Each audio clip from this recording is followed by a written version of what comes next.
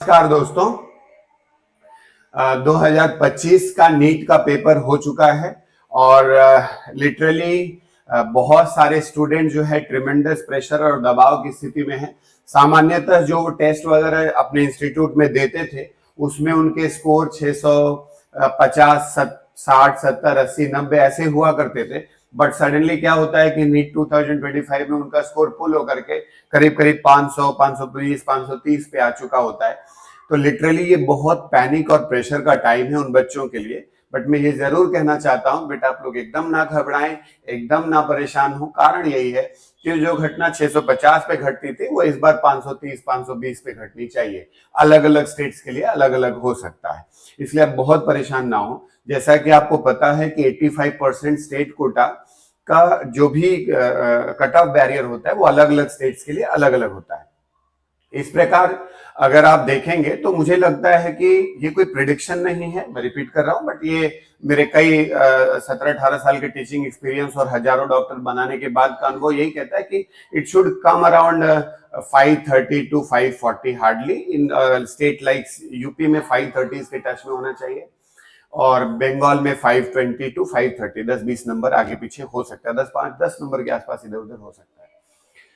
So exactly important ये नहीं है, ठीक है। आपको बहुत ज्यादा परेशान नहीं होना कि सर 650 पे नहीं हो रहा था तो 510 पे कैसे होगा। अब वही घटना इस पे घटने वाली है, लगभग आप उम्मीद कर सकते हैं, ये एक फैक्ट है। तो अब आने वाले समय में हमें क्या ध्यान रखना है, तो जनरली क्या है कि आगे ये गलतियां ना हो, इस तरह की कोई परेशानी ना हो, ऐसा कुछ ना हो, इस बात को ध्यान में रखने के लिए हमें क्या करना चाहिए। तो सबसे पहले आपको ये बात ध्यान रखनी है कि bio is going to be the base of your selection. बोले सर आप बायो की बात कर रहे हैं, हम तो सोचते थे कि फिजिक्स केमिस्ट्री जब अच्छा हो जाता है तो बायो नॉर्मल होता है, बायो नॉर्मल सब्जेक्ट है और बड़े आराम से पढ़ के हम निकल लेते हैं। लिटरली ऐसा नहीं है बच्चों। आपको इस बात को ध्यान रखना पड़ेगा कि bio will play the crucial role in your selection. Bio will play a crucial role in your selection. You know why? Because जो 400 360 का नंबर होता है उसमें 330, 340 अगर आप बायो में अटेंड कर लेते हैं। बोले सर ये तो बहुत डिफिकल्ट टास्क है। बोले हाँ, फिर भी शार्पनेस और स्किल जनरेट करके ये किया जा सकता है। आप कोशिश करें कि 320, 310 ऐसे स्कोर जनरेट किए जाए, depending on the sometime paper के लेवल पे भी करता है, बट हाईएस्ट ऑर्डर में कोशिश करें। बायो के एडवांटेज को फिजिक्स और केमिस्ट्री पे यूज किया जाता है। हर शार्प स्टूडेंट, हर अच्छा स्टूडेंट, रैंकर स्टूडेंट अपने बायो के एडवांटेज को दूसरे सब्जेक्ट्स पे यूज करता है। अगर आप यहां पर ध्यान देंगे तो एग्जैक्टली अगर आप बायो के पेपर को 40 से 45 मिनट के अंदर सॉल्व कर लेते हैं तो 15 मिनट का जो ग्रेस एडवांटेज आपको मिलता है वो आप बबलिंग वाले टाइम में यूज करते हैं, जिससे फिजिक्स और केमिस्ट्री के लिए इफेक्टिवली 1 घंटे का समय मिलता है। क्योंकि फिजिक्स केमिस्ट्री को 1 घंटा, 1 घंटे 5 मिनट मिलना बहुत कंपलसरी है, otherwise it would become difficult. जो भी अच्छे रैंकर्स होते हैं वो सब समय अपने बायो का एडवांटेज ही फिजिक्स केमिस्ट्री को देते हैं। तो बायो को पहले कोशिश करके बहुत अच्छा बनाएं और 40-45 मिनट में सॉल्व करने की प्रैक्टिस कोशिश करें। बोले सर हम तो करते थे। दूसरा, उसके बाद जो है अगर आप फिजिक्स और केमिस्ट्री पे जाते हैं तो कोशिश करें कि अगर आप देखेंगे फिजिक्स के पेपर को 2020 में बहुत सारे लोग बोल रहे हैं बहुत डिफिकल्ट है, it was 8 times difficult, 10 times difficult.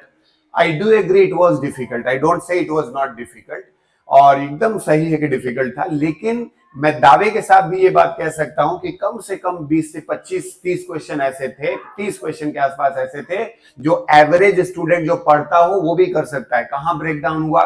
Time के क्रंच में। कहां ब्रेकडाउन हुआ? प्रेशर में। क्यों हुआ? क्योंकि आदत पड़ी थी 650 वाली, वो नहीं हो पाई। इस बार ये करनी आपको ऐसी है कि अगर हमें वो समय बचाने की कोशिश करनी है। दूसरा, you need to learn how to leave a question, correct. It's not necessary कि 45 में से 45 करूंगा, मैं सिकंदर हूं, मैं जीत लूंगा सारा, ऐसा नहीं है रे बाबा। आपको ये बात ध्यान रखने का कि अगर कोई क्वेश्चन छूटा है तो छोड़ देने का, नहीं कर पा रहे छोड़ देने का। 2-4 क्वेश्चन छोड़ने से आपका नीट नहीं बिगड़ता है, ये एक सच है।